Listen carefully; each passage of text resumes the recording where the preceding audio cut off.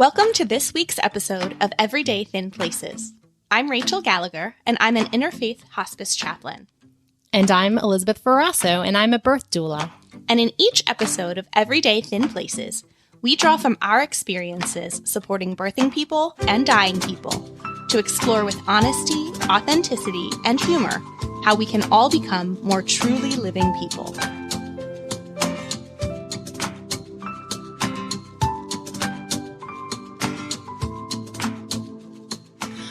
All right, Rachel, I can still hardly believe that this thing really happened, that we are really introducing an episode of our interview with Rob Bell, which, I mean, of course, you know I'm starstruck. You know that I have such an affinity for all of his work. Some of our listeners might have heard of him. Some may not have, but he's got a pretty impressive resume.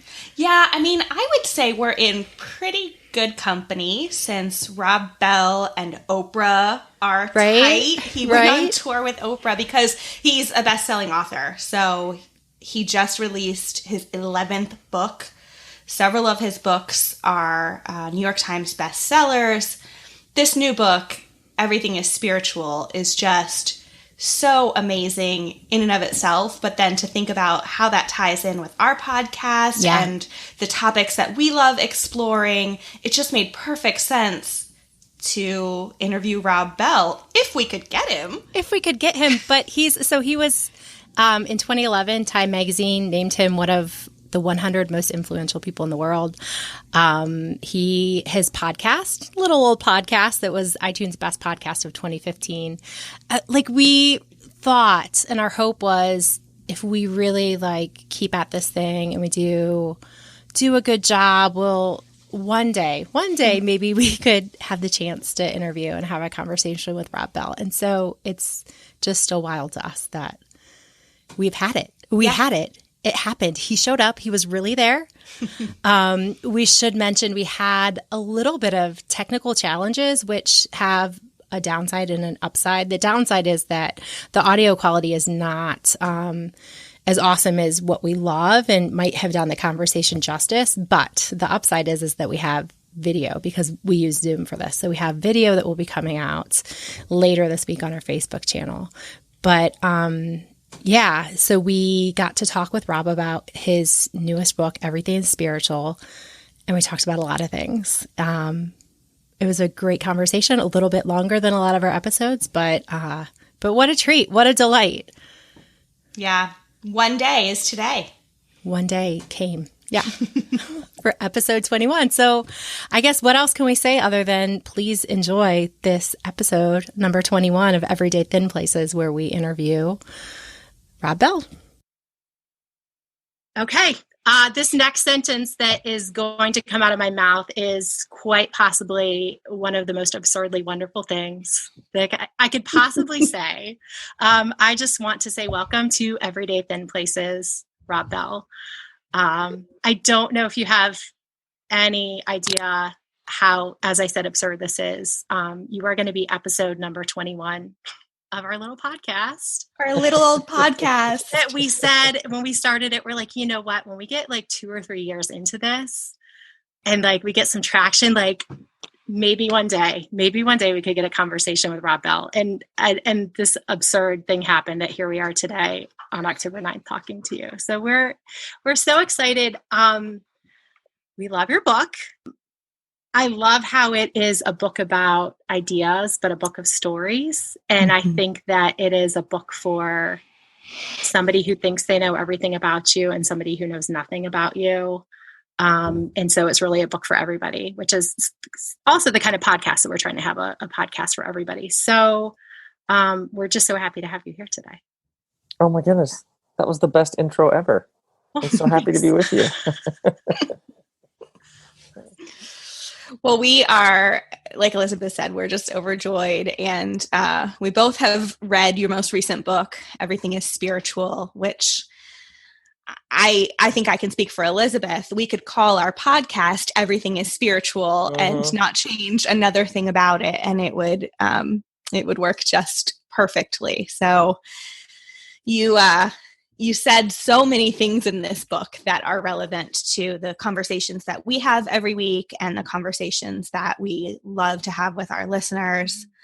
And so I'll just jump in as the death person, the death junkie, as we joke. You did such a good job in the book of talking about your ancestry and your family history, and you shared about kind of the contrast between the deaths in your family, the men in your family, and the deaths that they had were contrasted with the way that your grandmother died. And you talked about how she had a really good ending. And you talk about how, we have this opportunity to treat endings as graduations rather than divorces. And so I wonder if you could talk a little bit more about, how you see that in death, and then also just how you see that in general in these endings that we experience throughout our lives. Yeah, what a great question. From what you all do, like in previous, like our ancestors, when your brother or sister was born, like your mom went to the back of the tent or the next tent over. You know what I mean? Like it happened right there. Yeah. And then when your grandpa was going to die, he probably went to the back of the tent and laid down and got quiet. You know what I mean? Like it all happened. It all happened like right here. And so now we're so sophisticated and so advanced, and we have such amazing technology, but the comings and goings happen in like as you two know, they happen in other places with fluorescent lights and tile floors and recycled air. So these comings and goings that are the most natural for sure thing have become unnatural and foreign to people at some level. It's almost like there's this paradox at the heart of the human experience. Is the most natural stuff is like death is shocking, foreign, and anytime you push something down, any culture anywhere that represses or pushes it down, it'll just come up somewhere else. Yeah. You'll just end up with video games where everybody shoots each other or something. Who knows? Yeah. Imagine. So in some ways, what you all are doing, what I'm doing is reintroducing people to these primal rites of passage, and almost like taking the electrical charge out of them, taking the terror and the unfamiliar, the unknownness out of them. Death is central to creation. It's how the seasons work. It's how babies get created. It's death is not something. We're going to get to that. Oh, okay. Yeah, I'm jumping ahead with you already. I'm jumping ahead. Yeah. So at some level, maybe it's what we're doing is just trying to take some of the tension out of it, and this is all part of what it means to be human. Mm-hmm. And who knows what's next, as opposed to it's over. Mm-hmm. Can you imagine what might be next? I mean, imagine how amazing this thing has been. Yeah. There's another round. Yeah. Who knows? Who knows what that could be? Yeah, and in the book especially, I'm taking the people who came before me and bringing them into the present, which is where they've always been the whole time anyway. You could never be anywhere other than the present. The only thing that's ever gone on forever is now. Mm-hmm. And I wanted people to think about their own ancestors as present with them. So in some ways, it's about time. It's about blurring past, present, and future, which are illusions anyway. We know this from science. And putting it all right here in this moment, which also makes it just a lot more interesting. Yeah. I like to the concept that you talk about in the book about how, death is not necessarily an event, right? It's like we're moving along, we're moving towards this thing, and it's not like death suddenly comes. Yeah. As difficult as it is for people to hear it, I will often say we're all dying. We're all in that process. And I just really appreciate the way that you pointed that out. Well, yeah, it's really interesting that you say that. The in Torah, the first 5 books of the Hebrew Scriptures, there's this amazing thing where Moses says to the people, "I put before you life and death." And most modern people, we hear, "I put before you life and death," means do this and you live, don't do this and you die. So life, and then in a linear fashion, after life, a mode called death. But in ancient Hebrew consciousness, life and death were 2 modes of being right here, right now. So you could be breathing, full respiratory function, blood pumping, a sentient, alive human being, and yet be dying. So as opposed to something that happens now and then something that happens later, and this for me was so helpful to think of living and dying as present realities. People say, this job is killing me. Oh my God, that conversation just sucked the life right out of me. Yeah, living and dying. This relationship I'm in is killing me. Yeah, okay. And as soon as you move them from something you're in to something someday you're in to modes that you're in and out of constantly, then that affects how you think about what happens when you're done with this, this go around. Yeah. So one thing that you were just talking about that I think is probably my favorite concept from the book is that question of, it could be what next, or, now what? And it could be so easily said like, now what? And how many times have we said that in 2020? Like, murder hornets, now what? Like, now what? Like, and so we have this negative spin on the now what, or what's next. And then you just do this, let's tweak that. And instead of now what, it's what's next? Now what? Yeah. And now the present, what is right here now in the present? And I just love this idea of asking better questions, or asking the same question in a better way. And so you talk about how absurd it is to ask someone, how is your spiritual life? Like, that's just a bad question. Or are you a Christian? Is he a Christian? Is she a Christian? Like, that's just not an interesting question. But asking these questions like, what's next? And now what? Yeah. So could you talk a little bit more about that? And maybe even the way that like we could all harness that power of asking better questions. Oh yeah. Well, how you name an experience profoundly shapes what the experience even is. And so oftentimes people, just by the way they're naming and talking about a particular thing, are already shaping it in all sorts of ways.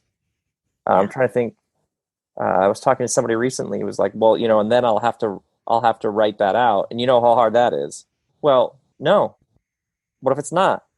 Yeah. So you could see they'd already, by their naming of this task ahead of them, putting in words this thing they're working on, they're already creating the experience just by the way that they named it. And so oftentimes there's whole worlds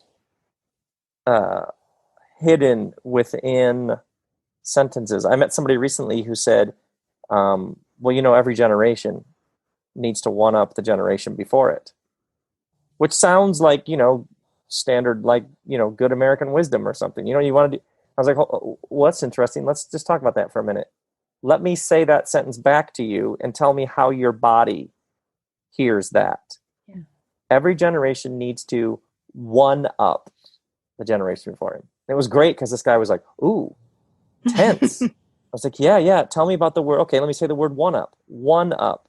What's that? And he's like, oh, that's competition. Oh, competition means you won or you lost. That's pressure. Yeah. And he just followed down. So I said, what's interesting is you could just let that sentence go. Every generation needs to one up the generation. But actually we pulled it apart. And what does that do when you say that to you? He says, it puts me in this binary of win and loss.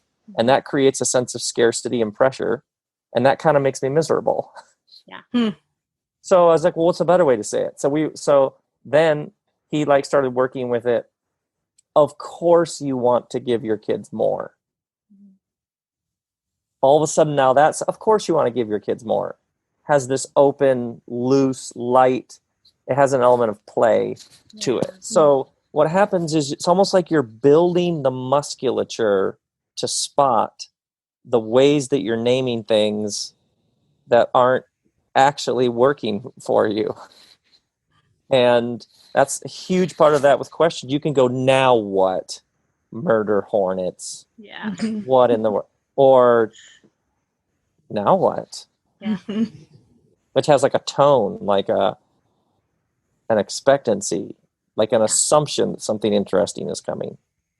It's playful and imaginative. Yes. And wonderful. Yeah. And there's, in the ancient scriptures, the creation of the world and the ongoing creation of the world is described in poetic terms through words. Words create worlds. Yeah. So, the way that you talk to a kid, you're telling that kid and you're teaching that kid about the kind of world we live in based on how you talk to that kid. So yeah, language is so massive. And the little tilt, I love how you pointed out, now what versus now what? Yeah. That's it's like a subtle energetic shift. Yeah. Which actually is moving from one whole world to another world. Yeah. Yeah. Well, when you're a parent, you have to do that because we're always right. We're always trying to and now we get to brush our teeth. Yes. You're constantly reframing it because you're realizing how I talk about this is going to profoundly shape their experience of it. Yeah. But that's so true. I mean, in the jobs that Rachel and I do, just the words we use, the words that we use with people that are giving birth, that are dying, we're we just had a guest where we were talking about some of the really heavy things around loss and, that you need to call it a birth when someone has a stillbirth. If their baby died, they still gave birth. That birthday. And it's so, you can give people so much dignity by the words that you choose. Literally by word choice. Oh, that's fascinating. That's fascinating. Well, and I think about, that now what idea is very central to all the storytelling throughout this book. I mean, Elizabeth and I were kind of, as we were gearing up for this interview, we were noticing all the parallels between your life and your careers. Career. Well, I can't even hear that word without laughing. The last thing feels like a career. But, just like you thought this one thing was going to be your path forward, and then you got sick and you pivoted. That's a popular word this year. Oh my goodness. Right. And having that attitude of now what can be so helpful as life is going on in those ways. And who hasn't had to pivot, right? Yes. Yeah. And it's funny because people use this phrase, in these uncertain times. No, it's always been uncertain. Yeah. You're just actually waking up to it. Yep. It's always been wobbly. Uncertainty has been baked into the whole thing the whole time. It just, the knobs got turned up enough that you're feeling it and experiencing it with greater intensity. But it's actually always been like this. Yeah. Give or take some cancellations of things, which is very real and very pressing, and not to minimize that stress and tension. But the whole thing has always been a bit uncertain. Yeah. We were kind of pondering. I mean, Rachel didn't go into detail, but I'll pull out this detail because we're like, what if Rob Bell had not gotten meningitis? Would you just be playing in a band somewhere? And I don't know, maybe we have caught you on a tour, and then I was like, Rachel, part of Rachel's story is Rachel was an opera singer.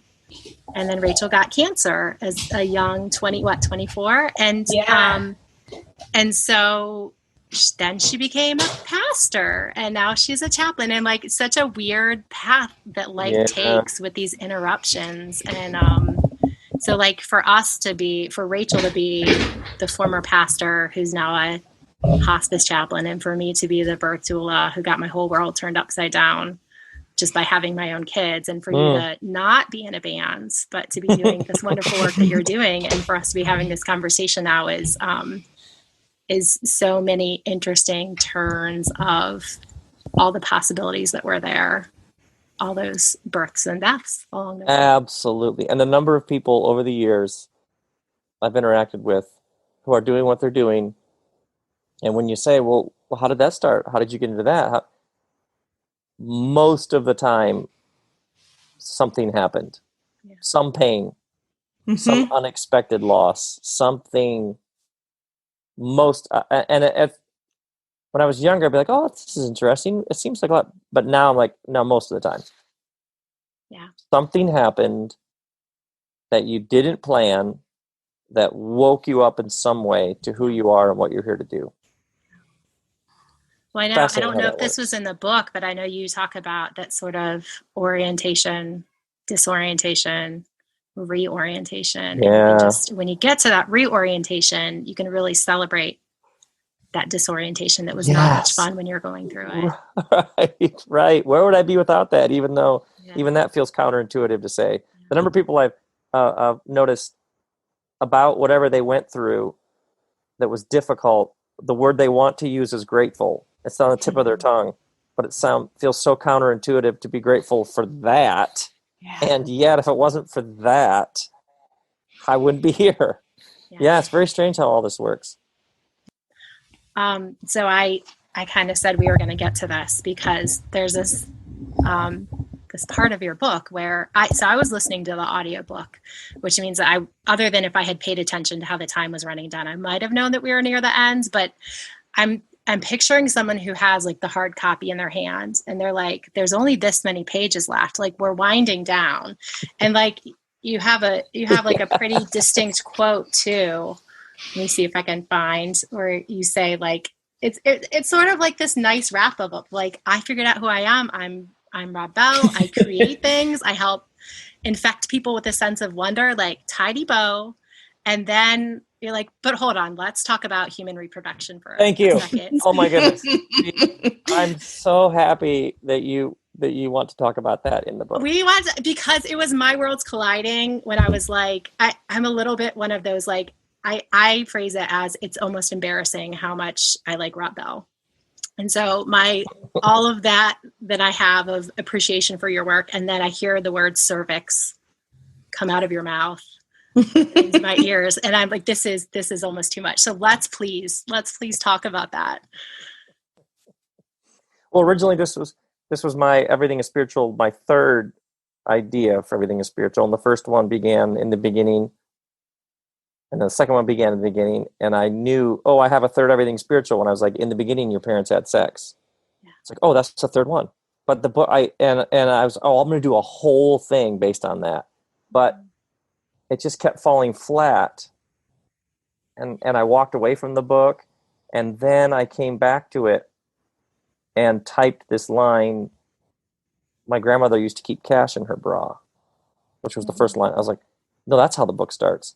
And suddenly these big ideas about the cosmos and generativity and creativity and reproduction became this very intimate, personal, this is where I come from. Like, how did I come to these ideas? Through an actual lived life.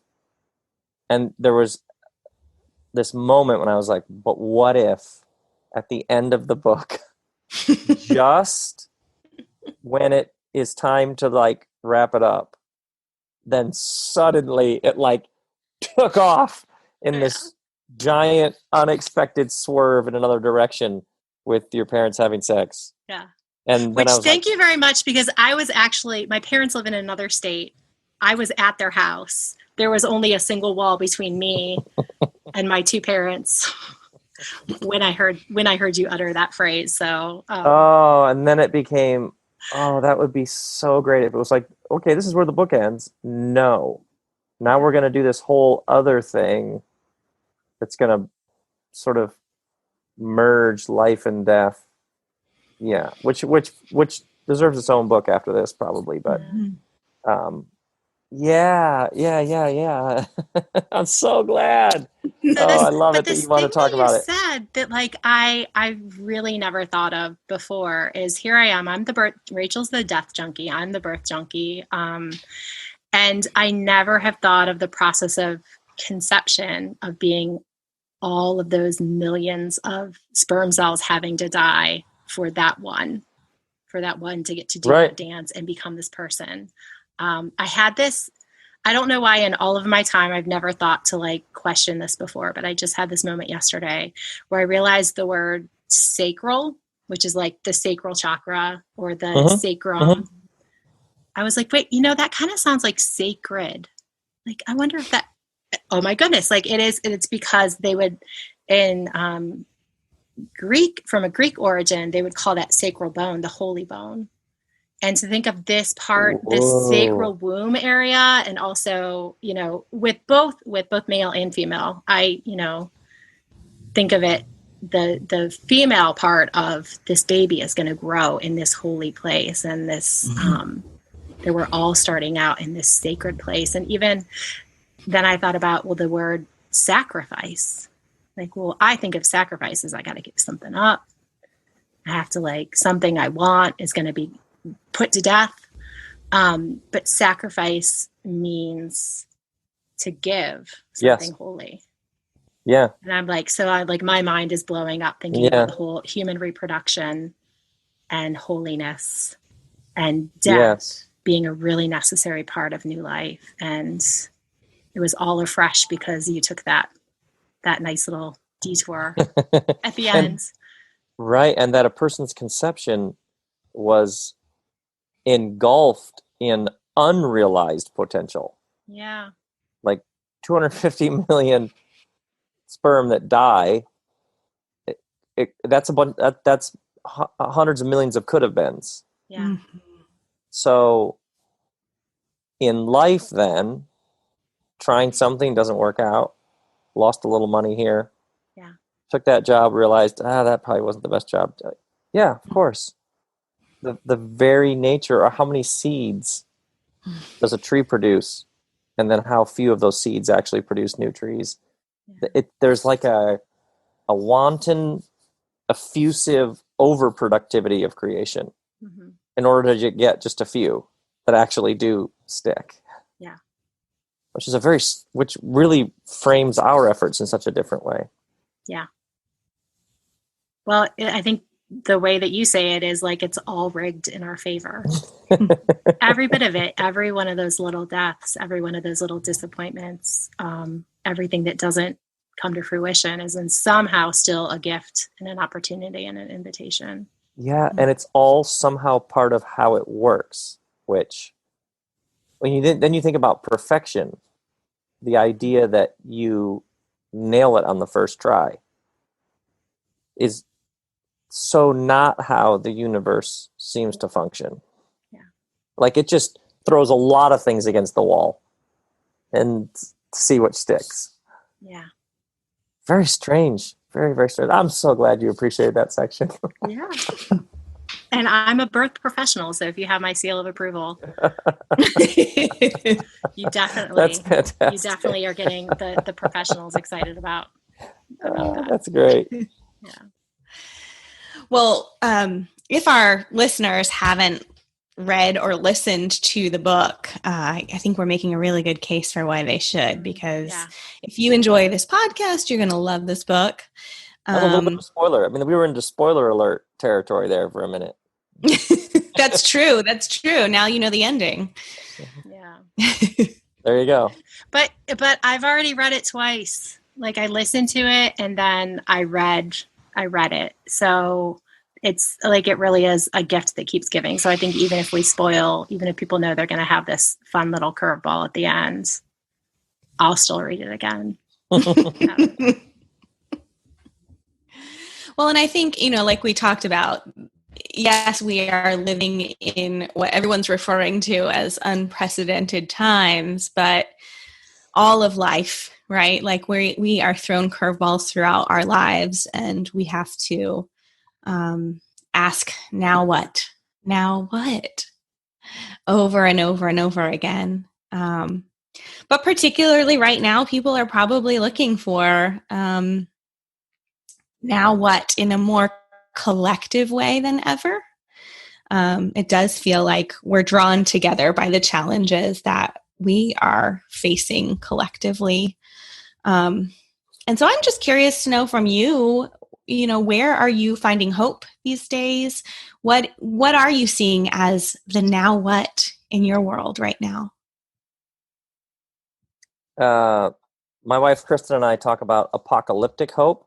So like the looting a couple months ago came like 8 houses from us, and like they just like destroyed the stores right out there on the street, like just wrecked them.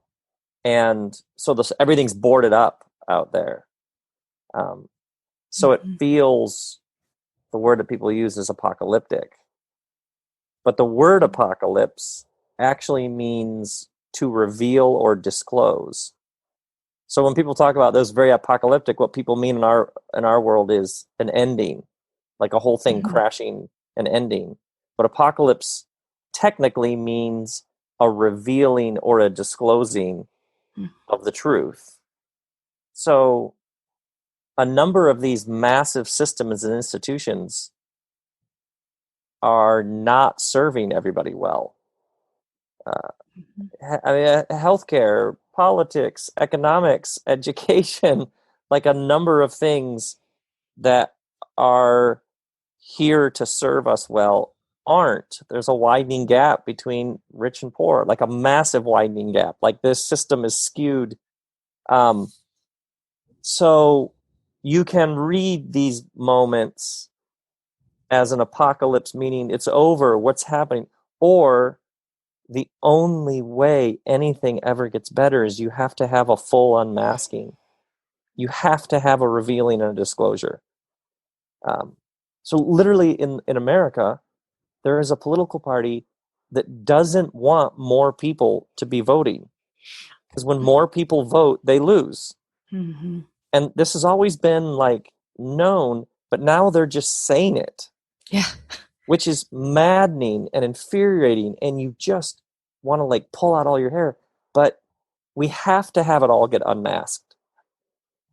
Like you have to have it all disclosed in all of its ugliness and corruption and greed, so that you can actually you like have to rip the Band-Aid. You have to get all the way down to the base of the wound. Even you think about race, you have to go, we have to go all the way to the heart of the wound. So one of the ways to see these days is it's so painful and so tense and so disorienting.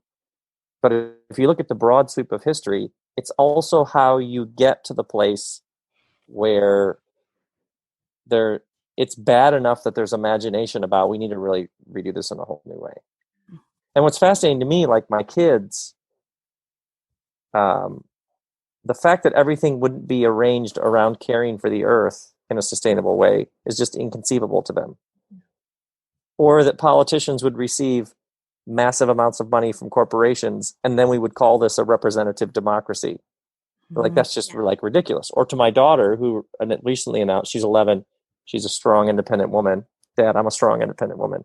The idea that a woman wouldn't be able to do anything that a man can do in our world and be paid the same, like it's just inconceivable. There would be some other way of arranging the world than that. So to everybody, I would say the thing that you're feeling, this is how it works. Otherwise, everything kind of just goes on the way it was. And yes, of course, it's awful. I mean, even the lack of trust in media means that everybody's talking about truth. This is a good thing that we're using the word truth. And people being concerned about truth is a good thing. Even if it means massive distortions of truth, suddenly people who didn't used to talk about truth are talking about truth. So it's we call it apocalyptic hope. It's hope, but it's a hope that goes through the center of all of the angst and upheaval and disruption. It's hope, but you get there honestly. You know what I mean? Yeah. I like that. It's apocalyptic hope. Those are the spaces that the two of us hang out. Yes. You know, the places that people think are scary or depressing, and we're like, no, like it is to be there when a baby takes their first breath, to like Oh, usher someone to where, right, their right. family's around them and they're coming to a peaceful ending and ending well. Like, I mean, it reveals. I always say, like, you find out who Yes, you really are, and you find out what's yes. important in those places. And so we're trying to like draw all of that power from those thresholds of life into, well, where do you see it every day? Because so I'm on board, whatever it takes, because we see the power of what humans that are fully living are capable of, and it's Yeah. astounding. When I started out, I'm sure Rachel, well, Rachel, you're there all the time, but when I started out as a pastor and started doing funerals, I was like, wait a second. Unbelievable things happen at funerals. Mm-hmm. The number of times I would show up at the funeral home and the job was to help the family plan the service, and the family are all at each other's throats. Mm-hmm. And I'd be like, oh man, this was all under the surface and now it's coming out. Um, and everybody would be panicking. It would be like, no, you're getting it out. Like, it's been sitting there the whole time. It's been running the show anyway. You might as well get it Yeah. out in the open. But I saw more people have transcendent experiences at funerals. What Mm-hmm. am I doing with my life? What does this thing mean? What is going on here? Otherwise, the numbing devices. We have numbing devices of all shapes and sizes at our fingertips. You can just push the pain down and just skim across the surface. But man, at a funeral, no, you have to sit there. If you're on your phone, it's rude. You have to sit there Yeah. and think about death. And I just watched, Mm-hmm. because I only think I would have been 25 when I started doing funerals. I didn't know anything. But I'd be like, what is this about a funeral that is so powerful and counterintuitive? Like, Yeah. yeah, you want to like wake up, you want an evolution of your consciousness, go to some funerals. Hmm. Yeah. It's like a conveyor belt. You Yeah. will be in a new space Yeah. fast. Yeah. Mhm. I feel like the in between, I just have this thought that like all that power of birth, all that power of death, like the Yep. only place that I think I've experienced anything like that in the middle is not in church, it's in AA meetings. Ah, sure. Yeah. Because those are like the rawest, most Yes. honest places of Yes. the same way that you're just not trying to be something that you're not when you're in the middle of labor or when you're devastated by the loss. Right. That's where Right. AA is like, it's a pretty great place to experience that. Yeah, when I after one of my first sermons, around the same time, a man came up to me and he said, "You should go to AA." And I said, "I'm not aware that I have a problem with alcohol." Right. And he was like, "No, no, no." He said, "Everything you need to know about being a pastor, you'll learn at AA meetings. So just Mm-hmm. Yeah. when it comes to you, say that your name is Rob and that you'll pass." So I started going to these AA meetings, literally like church basement, bad coffee, uncomfortable Mm-hmm. metal chair. Like, they committed to the bit. It was exactly how it was supposed to be. But it took me a number of meetings I was like, what is this? I can't figure this thing in the air. It's like I could grab it, but I didn't know what it was. It's exactly what you said, Elizabeth. Oh, this is a space where nobody has energy left to pretend. Yeah. Mm-hmm. And it's the most powerful space I've been in. Nobody here, they're done with all of the pretending. Yeah. So it's just the raw essence of who they are. It changed me. Yeah. Yeah. Well, I'm pretty sure the AA Big Book would be pretty step in step with everything is spiritual. It's like it's really the same. Telling your story. There is Yeah. no, you do a fearless searching inventory Oh my through goodness. AA, and that's, and it's just you get So true. the same good, wonder-filled life out of that. Yeah. Yeah, there's this writing the book, like there's a line in the book, I felt so much shame. And I remember typing it and being like, that's not a Rob Bell sentence. That's so boring. It's just like I felt shame, period. Goo. Yeah. I was like, no, no, no, no. The gift of the book was it's like it just kept saying, Just tell what happened. Tell how it felt. Tell what you learned. Then tell the next thing that happened. Tell what it felt like. Tell what you learned. Like, don't dress it up. Yeah. Don't open your heart. What opens the heart? What opens the heart? If you do, it just kept coming. It was like that was the mantra. Just tell them. Just trust that the story has enough power. Story will do its own. Just let it do it. Let's do it thing. You were taking yourself through spiritual direction. Absolutely. Yeah. Absolutely. Yeah.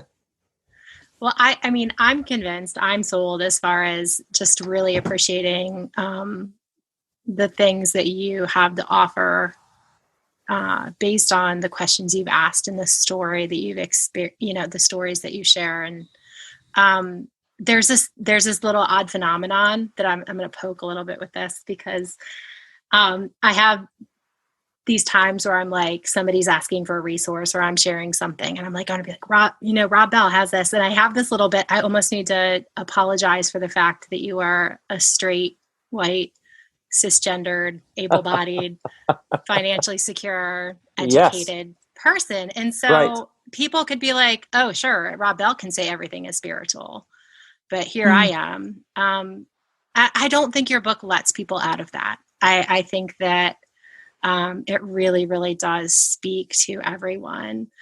But I'd be curious, like, what your response is to that and how you feel about sort of where life has landed you. I mean, you're in California. I mean, I know you have wildfires and all that, but I would say, who my teachers have been. Everybody, everywhere, who found themselves with an ache or a limp or the boot of something oppressive on their neck. I right now, if you're me, true equality is not then that everybody gets to speak. Yeah. So if you just raise up certain voices and then shut everybody else up, then you've just created another thing that isn't going to work. And the real invitation to expansion is to look far enough inside of yourself that you find everybody else. And you look far enough inside everybody else that you find yourself. And that polarization, specifically political polarization, is the inability to see yourself in someone else. So all I can do is tell what it's like to be me, and I'm very well aware of all of the privilege that's come with that. But I can tell what it's been like in case somebody else will go, oh, I know some of that. Yeah. But oh, you're so right. You're so right. The thing in the air. Yeah. My son is a musician, and his one of his bands a couple years ago, a promoter was like, I could book you if your pronouns were different. So it's funny to watch my kids with, like, not only the power of the thing in the air, but then the silliness. Yeah. So they're great because we're endlessly talking about this, especially living here in Los Angeles, where everything you can imagine is in this neighborhood. Every variation of human being is within a couple of blocks of here. Well, and I do appreciate. It's so funny. Including 50-year-old white guys. Including 50-year-old white guys. But it was surreal that I think that, again, I was listening to the audiobook. So I'm driving down the road, and I don't remember what, like, really, like, beautiful picture you had just painted. And I'm driving, and I'm in Philly, and we have a huge homeless population here too. And I'm thinking, but what about that guy? Right. And then the next thing you say is, sometimes when I'm done surfing and I grab a shower, there's, a homeless person is right there next to me and the interactions you've had. And so I really think that, to me, that's I would go to bat for all of your white male cisgendered straightness, because I think you do really capture this universal. You get it. You really get it, and you give it back to us as a gift, and so I appreciate it so much. Yeah. If that was a poke, that was a very easy poke. Kind of a softie. Yeah, we've heard about some of the pokes in the past, and this was nothing. Right. Yeah, a friend of mine, he was like, "You've been here for a while. You're going to keep doing what you're doing. It's okay. Just keep doing what you're doing. It's fine. It's fine." So like, and all, and obviously, I'm so excited about all the new voices. Of course. Yeah. It was funny. A friend of mine was like, "Hey, you've been doing your thing for a while. Maybe your message is just, hey, I've been here for a while doing my thing. I'm just going to keep doing my thing, and I'm going to be cheering out all the other people doing their thing, but I'm going to keep doing my thing." Yeah. Yeah, I mean, I think that's what people hear. A lot of people hear that word privilege and tense up and think, oh, not me.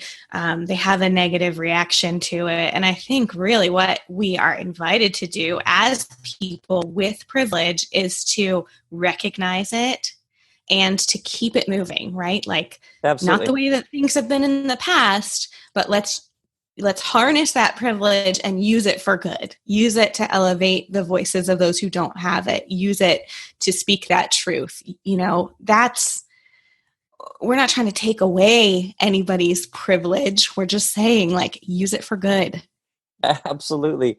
Absolutely. That word means you've been given something. Okay. So Great. whatever it is, then how can you pass it along?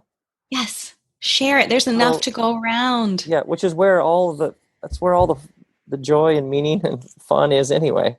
Yeah. Mm-hmm. So Kristen and I had this sense when we first got married, like, that life is an adventure, and we'd found each other to go on to like an adventure, and that the only interesting thing to us was how can we like help. The whole game from the very beginning was all the decisions we make, all the way we think about our life is always, we've talked about it like the mission. We've had different language over the years, but like the whole thing has only ever worked with a sense of like, we're here to do our work in the world, try to help. And you lose that, you lose all, man, that's where all the joy is. Yeah. Well, we always go ahead. I was just gonna say we are recipients of that. We're recipients of that work. But so Rachel, you can. Well, and I think that's part of Elizabeth and I have this ongoing fight for who has the best job in the world. I think I do, and she thinks she does. And I'm pretty sure, Rob, you would say that you do.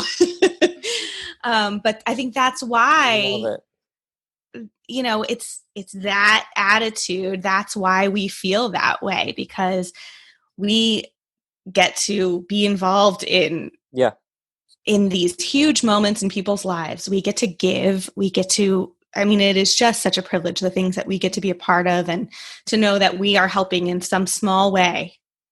I think that's what, and then we get paid for it. I mean, that's what makes it a job, is that, you know, we actually can sustain ourselves with the work that we're doing. But I think we just are, you know, we are constantly reflecting on, gosh, this is the stuff. This is, what more could you ask for? That's why we all laugh at the word career. Yeah. Like there was a plan you're working. Right. Like there was a thing you were climbing. Like I think or even the idea that you're measuring yourself against some like thing that you know what I mean? Like some metric or what? Yeah. What in the world? But I so appreciated, you know, where you talk about like just creating the thing, like that's the gift. And that's, absolutely. I think, so this little art, so we get paid for our jobs, and that's good because we can like help provide for our households. But like, we don't get paid for this podcast, but we are having the time of our lives. Are you ever? And right. I don't even care I care. I want people to listen to you. I want people to listen, but I'm like, listen, don't listen. We're going to keep doing this because we are having the time of our lives. And that was even before, like, I got the email that blew my mind that was like, oh, sure, Rob can be in your podcast. How's next Friday? We're just having the time of our lives, creating something and trying to infuse people with a sense of wonder about the most mundane parts of life. You would you would love, one of our recent episodes was an architect who surfs. And so we just talked about architecture and surfing as thin places. We just like are talking. Yeah. Like we just, because everybody has these great stories and like, we all have these beautiful, rich, potent, ordinary things in our lives that can make us feel like, yeah, everybody else should be jealous of the life that I'm getting to live because it's a gift. It's a real gift. Mm-hmm. That's very well said. An architect who surfs. Excellent. Yeah. Yeah. Mm-hmm. So, we appreciate your time so much, and especially your graciousness with our technical staff. We hope maybe one day we'll get Squadcast to work, and we would love to speak to you another time with like the studio quality recording. But one of the questions that we ask everybody, our final question that we ask every single guest that we have is, we would love to know if there is an organization or some sort of cause that is near and dear to your heart, that if we could encourage our listeners to be generous on your behalf, is there somewhere that we could direct people to give to? There's two: Rodale Institute and Kiss the Ground. And Rodale Institute's not far from you. No, we just had like emails gone awry. We were supposed to have someone from the Rodale Institute a couple of weeks ago, and we're reconvening to try to get them. But yeah, or you should get Jeff. Okay, can you? A name drop because they were. We might have to name drop to get Jeff, but yeah, I heard Jeff. Check. Just tell him that I said so. Okay, that'll work. Contact them. Back. But also a sweet guy named Baylor who we'll get him on too because he's also at the Rodale Institute supposed to talk to us. But the soil and regenerative agriculture and how our food gets grown is like crisis level, and there are all of these new things being done. Kiss the Ground is another. Okay. It's a film. It's an organization. It's some friends of mine, but these people are showing what the future looks like with soil, which is actually environmental, but it's nutritional, but it actually is about our food sources, which involves economics. It's everything. And I just love what they're all doing. Rodale are sort of the pioneers of organic farming, which is actually a deeper thing, is regenerative, which is how do you take care of the earth and grow better food better. So yes, I would point people to their work. Awesome. We will have our webpage. We'll have links for people to reach them. Great. So, yeah. This is so interesting to me. The two of you becoming friends, the two of you like arguing who has the better job, your connection with thin places, with entries and exits. It's just so compelling to me. It's just so compelling. God. Well, we love it. So like it or not, if you liked it or not, we'd still love it, but we feel really honored and pleased that you like it, and it can be an encouragement to you. Yeah, you gave me lots to think about. Yeah. So I don't know if you listen to podcasts. Our last episode was an organic farmer here in Philly who we talked about the death of compost bringing new life. And then before that, our episode was architect surfer. So you're find having a somebody ball. You know who does listen to podcasts and let them listen, and they can I am going to go listen to some of your episodes, and I just don't ever think to listen to this stuff, but you guys, I'm in. Cool. I'm a fan. I am a fan. The feeling is mutual. You have like did we get through the book? Did we get through the book properly for you all? I think so. I mean, but we don't want to give too much because we just want people to read it. So hopefully they'll read it. Great. That's great. Yeah. That's great. Awesome. Well, thank you so much for your time. I love it. Here's another thing. Will you please just like thank your wife for us? She's the always best. being 3 steps ahead, as you've said, because so true. I just want to give her some credit for that. And if she ever wants to be on a podcast, we're right here, ready to talk to her. Well, I'll tell her. Yeah. She's amazing. And she was like, seriously, this whole thing about me always being ahead. She's like, I haven't always been ahead. And I was like, just take it. Yes. Just accept it. Just accept it. Well, please enjoy the remainder of your Friday and this long weekend. And I get to go tell my little people that they don't have to be silent above my head anymore. Oh, that's great. That's great. And we would love to do this another time if you ever are up for it. We'd love to. We'll do it another time. I'm so honored to have met you. I'm so cheering you on. I'm such a fan. It's very profound what you're talking about. I love it. This is wonderful. Awesome. Thank you. Thank you. Grace and peace to both of you. Thanks for joining us. Now it's our turn to hear from you. So would you do us a big favor and go into your podcast app and rate us? Even better, would you write us a glowing review? That will help other listeners to find us. And make sure to subscribe so that you don't miss a single episode. You can also visit our website at everydaythinplaces.com, where you will find all sorts of fun and interesting information, as well as learn about how you can help to support this podcast and earn special exclusive perks. There you will also find links to follow us on social media, or else just pop directly over to Instagram or Facebook, where you will find us at Everyday Thin Places. Thanks so much for joining us today. Until next time, I'm Elizabeth. And I'm Rachel.